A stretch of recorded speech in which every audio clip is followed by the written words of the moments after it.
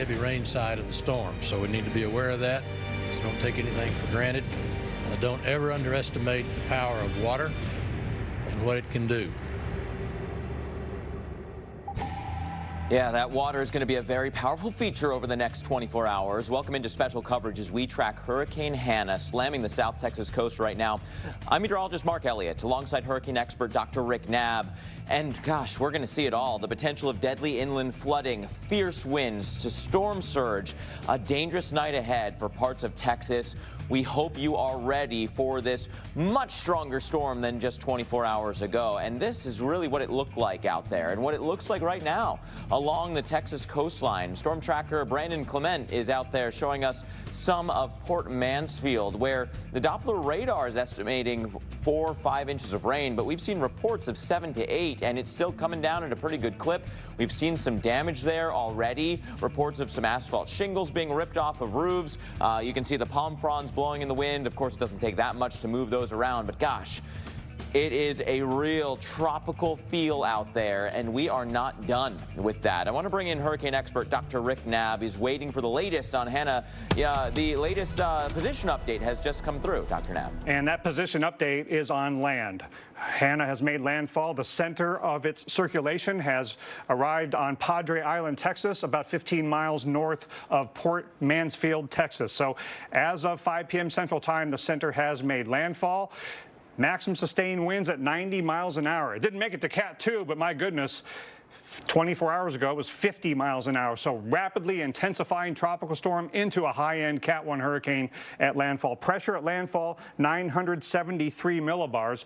And its motion is west-southwest. Strong ridge off to the north, giving a little bit of a south of west push. Only at 8 miles an hour, though. So it's not moving super fast. And that will increase the duration of the winds and the rainfall. So again, 15 miles north of Port Mansfield. And let's take a kind of a clean look here on the radar. So here's Port Mansfield there, southern end of Kennedy County. There's Raymondville. And you can see the western eye wall is well into Kennedy County and the southwestern eye wall into Willacy County there. But here is the center of circulation coming ashore right there on Padre Island. What you might know popularly as South Padre Island is a lot farther south of this, getting much closer down to the Brownsville area. But, you know, it's a pretty wide eye. It's not the smallest thing we've ever seen. And that means Corpus Christi is still on the onshore flow side, still gusting to 47 miles an hour, and the south side eye wall still is the longest duration heavy rainfall, and this band on the east side is still really nasty. So that's bad news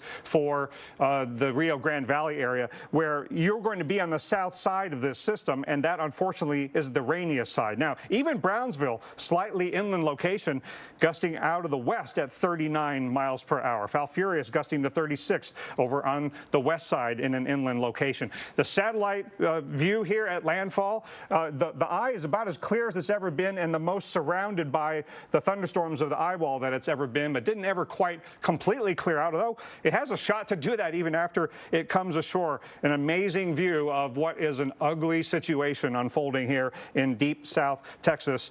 The rain has started down there, and it's also going to be not only a flooding event, but a wind event. Look at how far inland these tropical storm warnings go. Hurricane warnings are still up, obviously. We're only halfway through getting the center and the eye on shore. The tropical storm warning now goes up to Port O'Connor, but no farther to the north than that. Storm surge warning still in effect. So with a hurricane coming ashore here on Padre Island, you are on the onshore flow side. That's where the storm surge is maximized. That's why the storm surge warning is north of the landfall location. We still have nearly 4 feet of saltwater flooding above normally dry ground near the Gulf front and near the beach front there in the Corpus Christi Bay area, 3.5 feet up at Port Lavaca. So you still need to stay away from the coastline, even having 1.5 feet or 2 feet of saltwater flooding near the coast up in the Galveston area. And so as a hurricane is coming ashore, it's always the right side that has the maximum storm surge flooding. And this has been a little higher, but now at Bob Hall Pier, it's still up near 4 feet. We're going to high tide here shortly, but it will be low tide later tonight. But you'll still have some onshore flow tomorrow. But speaking of water, we'll get to this in detail in a moment. High risk of flash flooding. So the landfall of the circulation center in this area is just the beginning of the flood problem here in deep South Texas. Life-threatening inland flash flooding overnight tonight, Mark. Yeah, gosh, you hate to see that, but that is the biggest risk tonight, especially it'll be dark. You don't want to be out driving in this. The roads could be covered because of that very heavy rain moving through. We've been out in the storm through the duration here. Want to go back to the Port Aransas area where meteorologist Mike Seidel has been standing by. Mike, right on the border there of the hurricane warnings versus tropical storm warnings. South of you may be a little bit worse. Yeah, we're still getting the wind. As you can see, my jacket flapping. Sustained winds 25, 30 miles an hour. We have gusted to 53, but in the past few hours, no higher than about 44, 45 miles an hour. That's because we are far enough away from the core and the center of Hanna, which just made landfall down in Padre, that we're not going to get those wind gusts of 70 or 75 miles an hour hurricane force. The beach has been underwater all day. Again, I keep referencing the fact that this is a very level beach, so it doesn't take much of a rise in the water to cover up the whole beach. With that said, the tide is still coming back in. I don't think it's going to be quite as high as the tide earlier, but you can see what's happened now that the water is backed off. We've had a lot of seaweed blowing right in down the beach. The wind right now is about due east. We got out here about 4 or 5 o'clock this morning, about before sunrise, and it was northeast, then east-northeast, so it's gradually veering around onshore. We've lost some of the dune over here. These are big dunes. Let me show you as I walk over here. It's easy to walk this way with the wind at your back. I wouldn't want to be going that way. And you can see how the dune has been eaten away, collapsing out on the beach, because when we had the high tide earlier, the waves came right up here and the water was up about this high and it just kind of ate away. It doesn't take much. It's pretty loose. So that's what we were dealing with earlier. But just a very angry Gulf of Mexico. By the way, the water temperature 89 degrees. I've covered about 75 storms and hurricanes. I've never set foot in water at 89 degrees. Now, just to our south, not far, about 25, 30-minute drive, Corpus Christi, meteorologist Paul Goodlow. And Paul, you've had stronger winds at the pier there, and the pier took a bit of a hit. Give us an idea of what happened and how much of the pier has been lost from due to Hurricane Hanna. Okay, Mike, I don't think you can see me, but we got back to the pier here. We're at the foot of the Bob Hall Pier. Our winds have changed direction dramatically. This morning they were coming from the north, then they changed to the northeast. Now they're basically coming almost due east here, so it's whipping the water with the surge, as well as a lot of rain going sideways with some sand. So it's difficult to look this way, but you see the footing of the pier. We had some damage of these concrete slabs. There are over 1,200 slabs which kind of make up the footing or the flooring of this deck here. A lot were kind of ripped up by the surf. You can see them there at the ramp leading up. At the bottom of the ramp, you see those slabs kind of jostling around. Those things probably weigh hundreds, if not thousands of pounds. But that was the power of the surf.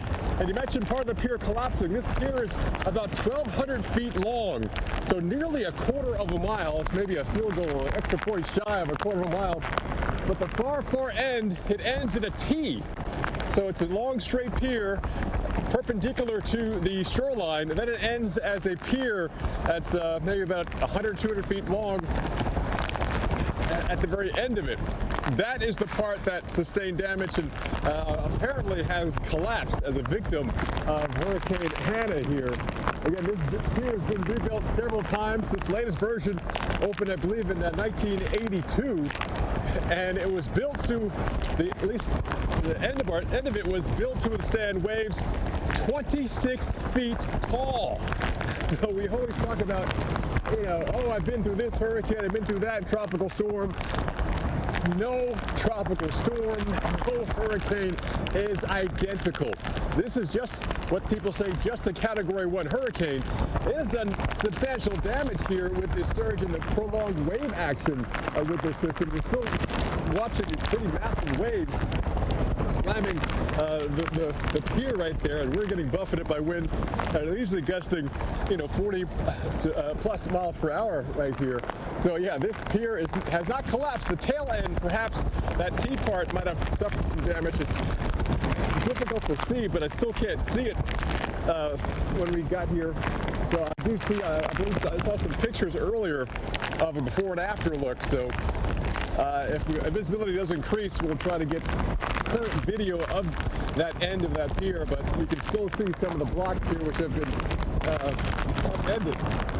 Quite a bit of damage up and down the beach here, even parts of this asphalt road here, which kind of fronted this beach. A lot of access from the main road here out towards Bob Hall Pier have been ripped up. In fact, I'm standing on a piece of asphalt as it is right here, which is, you know, it's on a beach. You have overwash of the beach. It's going to rip up whatever road is there because it's just not strong enough to withstand the power of this. This ocean, the wave action can rock those big old concrete blocks. Imagine what we're going to do to a little asphalt road here. There also used to be a lot of picnic tables here. Don't know whether the county crews just ran out of time preparing, but they were not removed before the hurricane approached and make it landfall. So a lot of those, most of those, I think all but maybe just 3 I see farther down the beach are no longer standing because of the wave action we've been dealing with. On a typical day, if you were watching us earlier in the week, you could easily have another maybe 60, 80 yards of dry sand before you got to the Gulf waters, but certainly not today with this agitation, the storm surge here because of Hurricane Hanna. Not quite done with this as well, so this will continue until we see our wind shift, but also as we head over the next 2 hours, we have another high tide coming this way as well. So I don't think the damage has been done yet, at least along the coast. But as we've been talking about, it's not just a coastal concern. We're still going to see the rain, which is still whipping through here, which by the way, has pretty much eliminated our rainfall deficit of the year just today so far. That's going to be a bigger issue with flooding a little farther inland, and we're talking hundreds of miles away from the coast. You're still going to have a flash flood issue, not only here, but also across the border in Mexico. I know, Mark, you're still tracking more the impacts we're still feeling with Hurricane Hanna right now. Absolutely, and gosh, what a different scene out there for Paul as it was compared to this time yesterday or even this morning as our storm continued to get better organized. Here's some new video for you out of Corpus Christi, different view for you. You know, those low-lying areas, the parks are put in the spots that often get too much water. Well, here's one of those examples. You mentioned, or you heard Paul mention rather, that there was a rainfall deficit here. These grounds were completely dry. Now inundated, can't even see the bottom of that park. And Dr. Nab, I'm worried that that will be the trend for so many communities across South Texas through the rest of this evening into tonight. Yeah, and want to make it clear for everybody out there that that flooding that you see there in Kiwanis Park in Corpus Christi, that's saltwater flooding. That's the storm surge. They're on Corpus Christi Bay there, right at a point. So a very vulnerable place right on the bayfront. But we're going to have a different kind of flooding, inland flooding from heavy rainfall in deep South Texas because, again, we've had landfall of the center of circulation, Category 1, 90-mile-an-hour winds just a few short minutes ago at 5 p.m. Central Time. That's a significant thing because the fact that it got stronger means it's also more well put together. There's just more solid rain from front to back. So this is bad news for the inland folks because they're going to have more wind getting inland, more rain getting inland. But again, it's so critical to stress that the landfall of the center is not the end of the event. Let me show you what rainfall is still to come. That's from this point forward. So if you're talking about a foot or more of rain locally and a large number of you getting 6 inches or greater, from this point forward, clearly the event is just beginning for so many people, including our friends down in Monterrey, Mexico, where they could have a very significant flood event from the rainfall from Hanna. Very likely high risk of flash flooding down in the Rio Grande Valley, Harlingen, Brownsville, McAllen, and you are all starting to get it. So this very populated area is going to be on the south loaded side of Hanna, where we have some very heavy rain, not just in the southern eye wall, but some of the bands that are farther out to the south and east. Flood advisory is already in effect in Harlingen and San Benito and Lago and Brownsville till 6:45 local time. I am pretty sure that this is just a pre-flash flood warning. Eventually, we're going to have to get flash flood warnings put up. I don't see how we avoid that with as much rain as is falling. Now, we're only getting an 1.5 inches per hour right now in the Rio Grande Valley area on land, but